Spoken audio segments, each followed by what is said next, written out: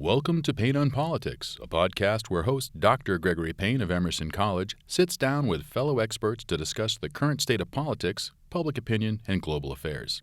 In a world growing increasingly complex, communication and critical thinking is key. This only makes the Emerson motto, expression necessary to evolution, more true. Hello, I'm Gregory Payne, the Chair of Communication Studies at Emerson College and also the co-director of the Emerson Blanquerna Global Center.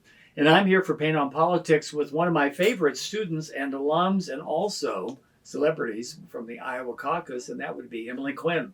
Emily, welcome. Hello, thanks for having me. Now, I think as we think about the upcoming election, of course, Yes. we're going to talk about your travels and pathways after Emerson. Amazing. But when we look at Iowa 2016, I look at this, and of course, this was such a special year because it was one where Hillary Clinton was going to be the first elected woman president, except something happened on down the escalator with Donald Trump. But I see this picture, which is all of you. We've got President Trump, etc., all the candidates, and here you are, cheek to cheek with Hillary. So tell us a little bit about that trip. Yeah, so I'm feeling very nostalgic because it was one of my favorite trips. So I was a political communication major here as well as a sports communication major here. And this was probably one of my extracurricular activities that I did in the beginning.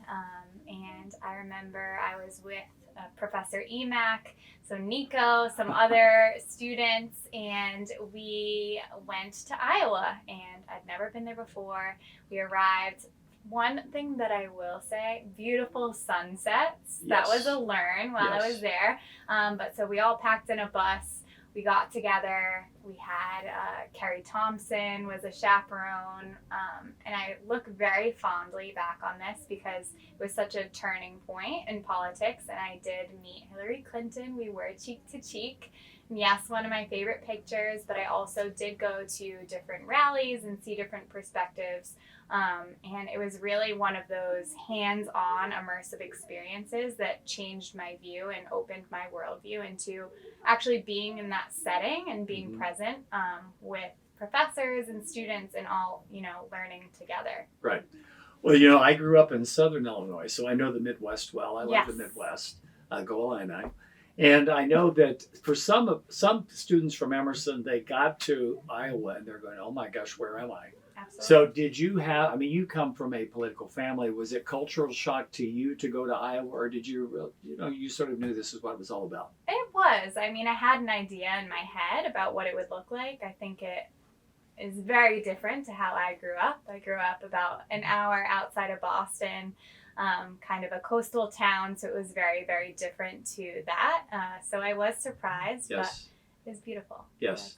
And the people of Iowa, many people talk about that Midwestern ethic, God's country. What would you say about the people of Iowa, the Midwest? Well, actually, I know that one of the events that we had there was actually in someone's home. So I think it was for O'Malley, I want to say. Who came to Emerson afterwards and visited. Who came to Emerson. And we actually had an event, or somebody had an event, was hosting for him. So it was a very cozy atmosphere, very welcoming.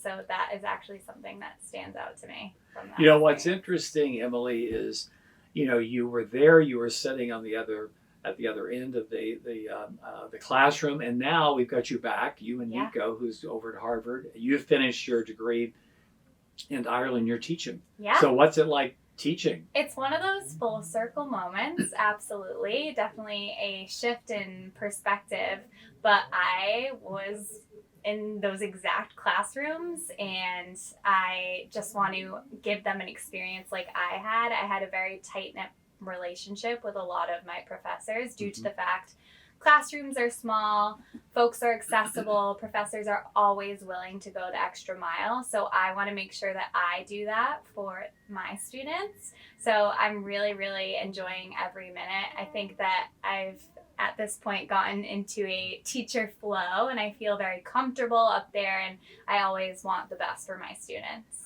Now, if I were to ask you, of course, as chair, I hear many perspectives, but how do you think, just coming back into it, how do you think the Emerson student today differs from when you and Nico and Elias and others were here? I think there's definitely a shift. I think part of that we all experienced the pandemic. I think that's changed us in a lot of ways. And Yes. I believe I was early 20s, and then, you blink in your mid 20s to late 20s.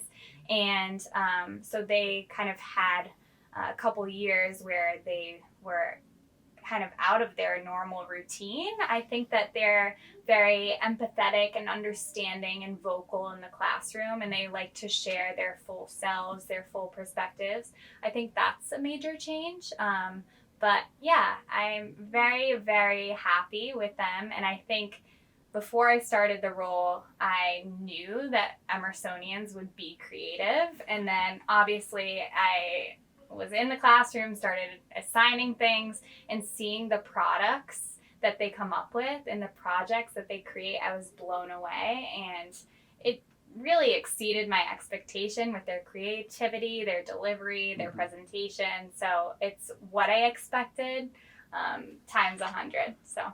Well, it's great to have you up here on the 8th floor. I know that you've participated and enjoyed the chicken soup and other stuff that I bring up here. A little spicy, but maybe that's the 8th floor. Some jalapeno. A little jalapeno, which I guess is it. Was going to ask you also this, and that is, when you left Emerson, you, of course, were active, extremely active here. We missed you a great deal, but then you decided to go over and get your master's. Can you tell us, why did you decide to go where you go, and what was that experience like? Absolutely. So as I mentioned before, I did undergrad at Emerson, and then I actually did the 4+1 program. So I got my master's in public relations at Emerson. So if you went to Emerson undergrad and you're thinking about graduate studies, I do recommend doing that program and continuing on with Emerson. So that allows you to actually take advantage of a couple of courses. Absolutely. It's cheaper, it's less time, etc. I think it's 25% off for students that did undergrad, something along those lines. Don't quote me on that. But then my brother actually is an ocean engineer, so he has a very different brain than I do. And I think that happens a lot with siblings is, they fall into different interests. Yes. So he's in that world and I'm in the communications and creative world, and they can overlap for sure. But I think that he went on to study in Norway. I'm half Norwegian. So we can tell that blonde hair, yes. So he went and studied at the University of Stavanger. So that's in Norway, and he pursued his education overseas, and I was inspired by that. And the other half of me is Irish, so I thought that Dublin would be a great place for me. I think it was fitting to not only my personality, but it's pretty close, and I do like being somewhat close to home. So I went to Dublin. I flew over to Ireland. I had never been there before. I went by myself and kind of solo stepped up and said, all right, I'm going to start at Trinity. So I went to Trinity, studied digital marketing strategy because I was really interested at the intersection of communication and marketing and how they feed off one another. They're under the same umbrella of things: public relations, communications, marketing. So I wanted to just learn more about the marketing side and the strategy side. And I was there for a year and a half, and I worked at a public relations firm in Dublin after I graduated. So that was the thing too. Well, it's exciting that you had that degree, because Professor Gallant has been working on a new degree that's similar here. So from your perspective, what do you think you took away from Ireland that we might have students also take away from Emerson? I'd love to have you two chat. Yeah, I would love to. I think that the intersection of marketing and communication is so cool. So right now I actually run the City of Boston's LinkedIn account. So and you brought two of your colleagues last week. I did. Erin Sandhouse and Katie Greving came to class, so they're on the employee experience team. So we were bringing City Hall to Emerson. Wonderful. In the classroom, so that was amazing. But I think that informality and formality are both two very important parts of communication. So I try to bring that into my daily work, into my comms, into my marketing efforts, striking the right balance, because we're seeing new platforms like TikTok and Gen Z coming in, and they're taking risks and developing creative content every single day. And we're seeing influencer culture and all of these different things. And it really comes down to how they communicate and how they market themselves and the creativity that comes with that. The more creative, the more likely for you to get views and impressions. So that's something that I took away is you need to have a strategy and a marketing plan that also runs parallel to your communications plan. Mm-hmm. That's terrific. Now, how do you enjoy working at the City of Boston? And of course, you came from a political family, so you've got a new niche from separate from your father, who wonderful man and a very, very good leader. Yeah, so I think I grew up, my dad was a state representative from Dartmouth, so I grew up going to the State House. I grew up going to campaign events. I grew up phone banking, knocking on doors. That was kind of just the norm. So again, I kind of fell into that world where my brother is an ocean engineer, completely different. So I relate to my dad very much because we have similar interests. So I interned at the State House when I was a student at Emerson, but I also did the City of Boston Fellowship when Mayor Walsh was in office. So then I subsequently worked for the city after that. I really just loved public service, being involved. There's so many departments, and I love interacting with different departments at the city and telling different stories on behalf of different departments, whether that's public works, the technology department, the parks department. There are always stories to be told from every single angle, the environment department.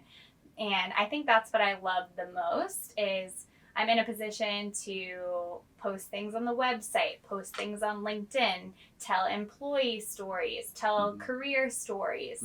And I really, really think there's a lot of value in that because what it comes down to is it's about your people and your people feeling valued and the work that the people are doing within an organization. So I really try to make that known and also give people recognition that they deserve. Well, I think that's the epitome of what we've been doing. And I think you are such a good example of what we teach people to do. All we've done at Emerson, as you know, since 1880 is tell stories. I think it's a wonderful example, though, too. You're part of this Emerson Mafia, and you're connecting your students with, of course, colleagues at City Hall. First of all, congratulations. It's Women's History Month, and I think you're making headway. What's it like working at City Hall with the first female mayor? Yeah, I think it's very much a different environment. It's the second mayor that I worked for because when Mayor Janey was in office, I was in Dublin. So I'm seeing different perspectives too every single day. And I think as time goes on, things change, priorities change. So it's a very awesome position to be in. Right. Now, do you see, Emily, sometime as we said when we started, here you are a student with the candidate. Do you ever see yourself running for office? It's crossed my mind before. I think with the rise of digital and how much digital is a part of the campaign process and when you're in office, that's something that kind of deters me just because, I don't know. I think that there is a lot of your life that's involved and, you're putting your whole life on the line. Not that there's anything bad, but it's just you're very, very much in the public eye. And I'm not entirely sure that I would be willing to commit to that. But I would love being the voice of somebody in that position and the communications person behind the curtain that's creating those messages and, amplifying somebody's viewpoints. I'm not necessarily sure that I would like it to be me, but maybe one day I might change my mind. So maybe a campaign manager sort of writing the story. Something like that. But if you do run, I think a great ticket would be you at the top, and then Nico could be your backup. I know. We joke that that's what's going to happen maybe someday. You're first on Paint on Politics. Yeah. Question for you before we say adieu, because you've got to go to class and teach, Amazing. which your students are very lucky. What does Emily do to relax? Because you're very, very active. Every time I see you, you've got another project going. Yeah, so this is actually something that I'm newly into.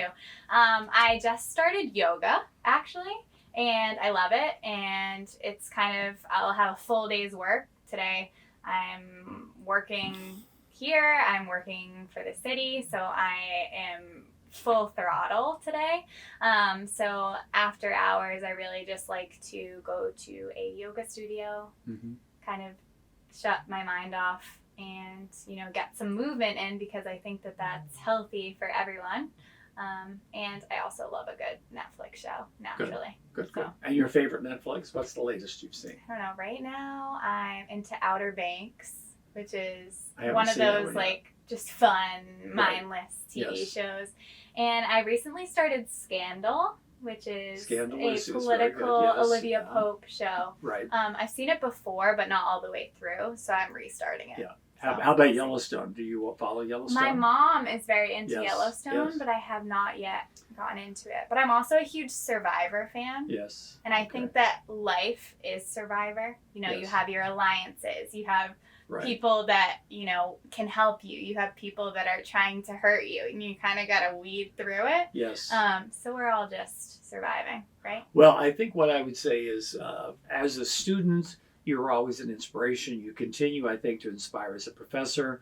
I think Boston's a better place because of you. And once again, it's the old adage, if you never know how far an Emerson education will take you, Mm-hmm. it's taking you all the way to Dublin. You're at City Hall, but more importantly, you're back home at Emerson. Yes, Thank you, it's Emily, my for joining place. us on Pain on Politics. We'll Thank see you you. next time. Thanks so much.